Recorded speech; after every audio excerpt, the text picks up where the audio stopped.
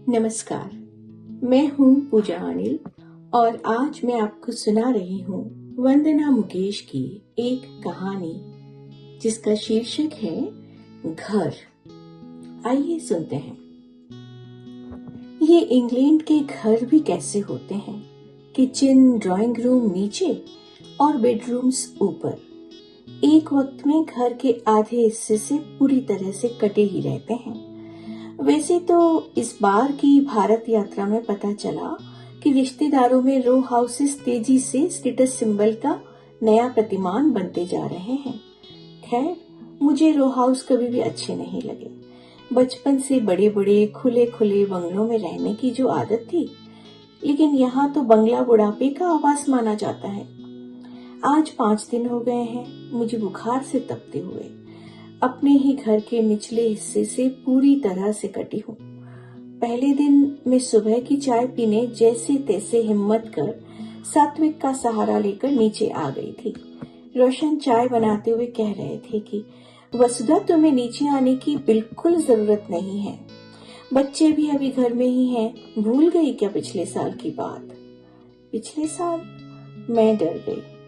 पिछले साल भारत से लौटने पर थकान के कारण बुखार ने धर दबोचा।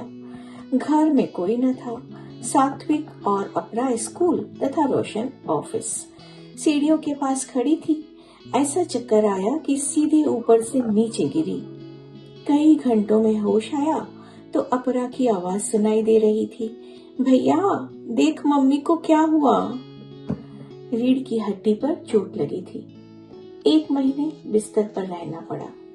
घर की सारी व्यवस्था अस्त व्यस्त हो गई थी। आज सुबह से बुखार नहीं था, हालांकि कमजोरी बहुत थी। सात्विक और अपरा घर में ही थे, पर नीचे, शायद टीवी वाले कमरे में थे। बीच बीच में उनकी खिलखिलाहट, हंसी, मजाक, बहस मुझे तसल्ली देती थी। पूरा दिन पड़े रहने के बाद जब 3-4 बार थर्मामीटर का पारा 96.7 पर अटका रहा तो मन फिर उछल कूद मचाने लगा। अचानक मेरे कसेले मुंह में तरह तरह के स्वाद आने लगे। घड़ी देखी, 4 बज रहे थे। थोड़ी ही देर में सात्विक और अपरा जॉगिंग के लिए जाएंगे।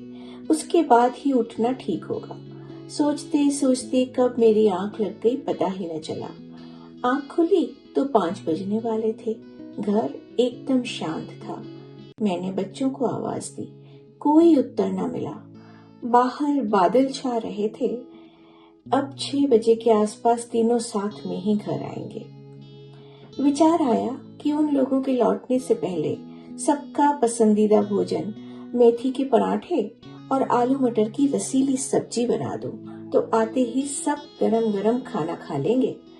एकाएक मैं भावुक हो गई। 4-5 दिनों से सेवा हो रही थी मेरी। खाना भी रोशन और बच्चे ही बना रहे थे। यूं खुश तो कोई भी न था, पर शिकायत करें तो किससे। मैं उठकर बैठ गई, फिर धीरे से खड़ी हुई। रेलिंग पकड़ पकड़ कर बहुत सावधानी से पांव जमाती हुई नीचे उतरी। हॉलवे में कोक की 2 खाली बोतलें नजर आई। उनके ढक्कन वहीं थोड़ी दूरी पर पड़े थे। उन्हें देखने के चक्कर में न जाने कैसे मुझे वह 10 किलो लोहे का वेट नहीं दिखा।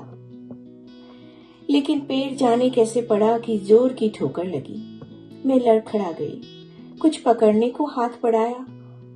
ठोकर जोर की लगी थी, कमजोरी थी ही। एक क्षण अंधेरा सा छा गया। पेट जमाने का असफल प्रयास करती मैं बॉरवेल, जो वजन उठाने का लोहे का सरिया होता है, उसमें जा अटकी। मैं धड़ाम से पीठ के बल गिरी। कमजोरी, बेबसी और क्रोध से मुझे रोना आ गया। लगभग 20 मिनट मैं निश्चेष्ट पड़ी रही। फिर मैंने पड़े पड़े ही अपने अंगों की सलामती की हिला हिलाकर जांच की। शुक्र था कहीं ऐसी वैसी चोट नहीं लगी, वरना मेरे कसरती बेटे ने हॉल तक जिम का सामान जिस तरह फैला रखा था, उससे किसी के अपाहिज बनने में कोई कसर बाकी ना थी। मैं हिम्मत करके उठी, फिर सरक कर सोफे पर बैठ गई। सोचने लगी, सब्जी बना दूं और शायद आटा भी गूंद। मेरी आंखों में मेरा किचन झिलमिलाने लगा। मुझे अपने घर पर बड़ा नाज है, खास तौर से किचन पर। बेहद खूबसूरती और करीने से लकड़ी के शेल्फ में सजाकर रखी पेजवुड की क्रॉकरी और बर्तन, कांच के बेहतरीन गिलास, तरह तरह की बर्नियां, हर चीज निश्चित जगह पर। 3 तरफ वर्कटॉप, जिनमें एक पर किचन में प्रयोग होने वाले बिजली के अत्याधुनिक उपकरण, दूसरा अंग्रेजी के एल के आकार का था।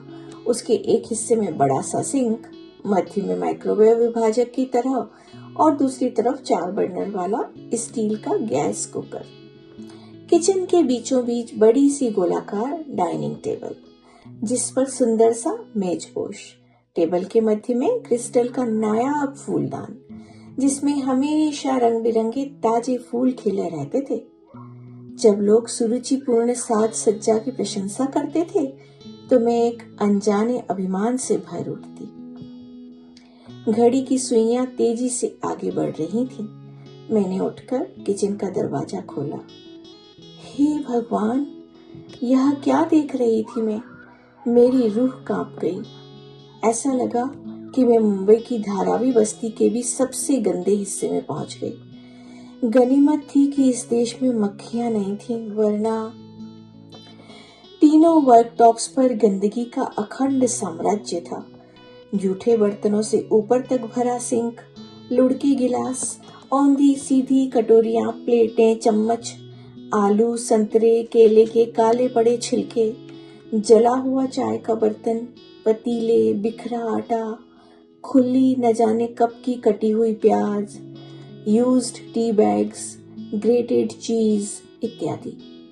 टेबल पर भी सूखी जूठी प्लेटें, जूस और लस्सी के पपड़ाए गिलास। जिस तरह की गंदगी का नाम लें, उसका ऐसा ऐसा नमूना मेरे किचन में मौजूद था जिसकी स्वप्न में भी कल्पना नहीं की जा सकती।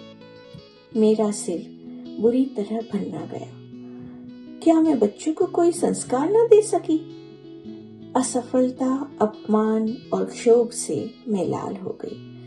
अभी थोड़ी देर पहले गिरने पर जो रुलाई फूटी थी, वह पुनः गले में आ फंसी, निकली नहीं। ऐसा लग रहा था कि एक बहुत बड़ा सा पत्थर गले में अटक गया है और भीतर से आती आवाज दब गई है। फिर रोने के प्रयास से जो घर घराती आवाज निकली, उससे मेरे कान, गले और छाती तक में दर्द होने लगा। मैं निडाल होकर धम्म से वहीं बैठ गई। रोशन की कार और बच्चों की आवाजों से भी मेरे शरीर में कोई हरकत नहीं हुई। यूं ही निश्चेष्ट बैठी रही। मुझे जमीन पर यूं बैठा देखकर सब घबरा गए। क्या हुआ? रोशन ने घबराई आवाज में पूछा। मेरी शून्य में तकती पुतलियों में कोई हरकत नहीं हुई, न ही मैं कुछ बोल पाई। वसुधा, क्या हुआ तुम्हें? नीचे क्यों आई तुम? रोशन ने लगभग झकझोरते हुए पूछा। उनकी आवाज में बेचैनी थी। मम्मा, बोलो ना। यह अपना की सहमी आवाज थी। माँ, ठीक तो हो? सात्विक ने हिलाया। रोशन तब तक गिलास ढूंढकर पानी ले आए और मेरी पीठ सहलाने लगे। मैंने बोलने को मुंह खोलना चाहा, लेकिन होंठ बिसुरते मुंह से घर गलाती आवाज में इतना ही निकला। इतनी गंदगी? बच्चों के सिर शर्म से झुक गए। रोशन ने चारों तरफ नजर घुमाई और फिर सिर खुजाते हुए खिसिया कर बच्चों से बोले, अरे, मैं तुम्हें कहकर गया था ना कि सफाई कर लेना। चलो जल्दी हम मिलकर कर लेते हैं। देखते नहीं, मम्मा को बुखार है। उनके गुस्से के नकलीपन को अनाड़ी भी समझ सकता था। मेरी आंखों से तो क्रोध और लाचारी के दबाव से वर्षा की सी झड़ी लगी थी। आंखें बंद थीं और शब्द गले में अटके आंसुओं में ढल रहे थे।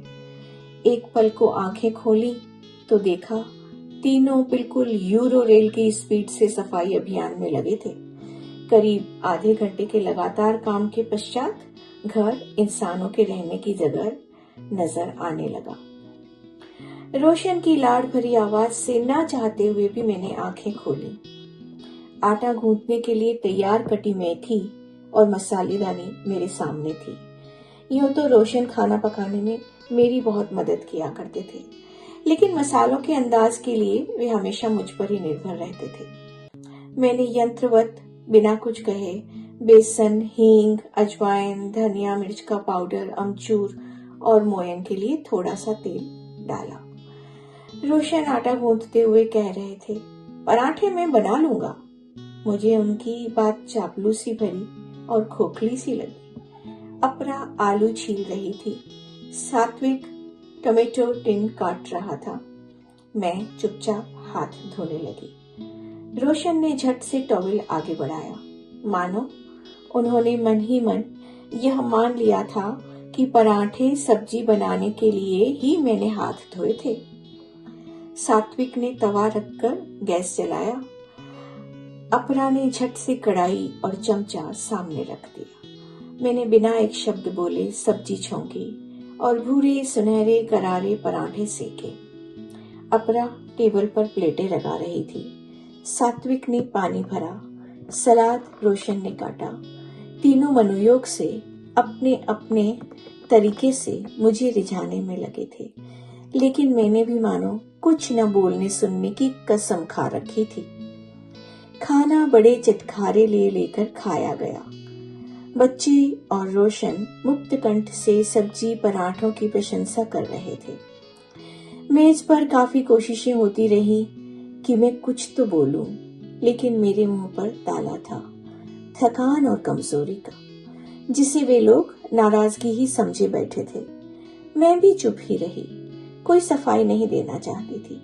भोजन के पश्चात तुरंत ही बिना कहे उत्कृष्ट दर्जे की सफाई की गई। सभी चीजें अपनी निर्धारित जगह पर पहुंचा दी गईं।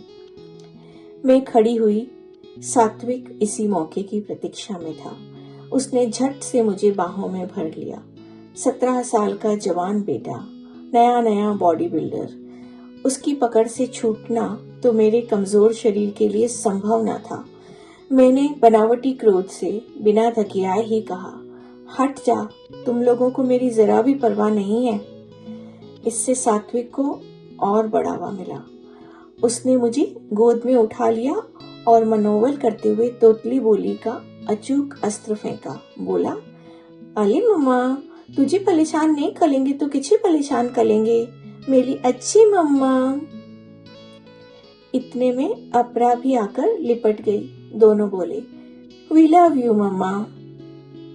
मैं दोनों को लिपटाते हुए बोली, चलो हटो दुष्ट कहीं के। रोशन दूर खड़े मंद मंद मुस्कुरा रहे थे। मुझे लगा मेरा सारा घर हमेशा की तरह चमचमा रहा है। धन्यवाद।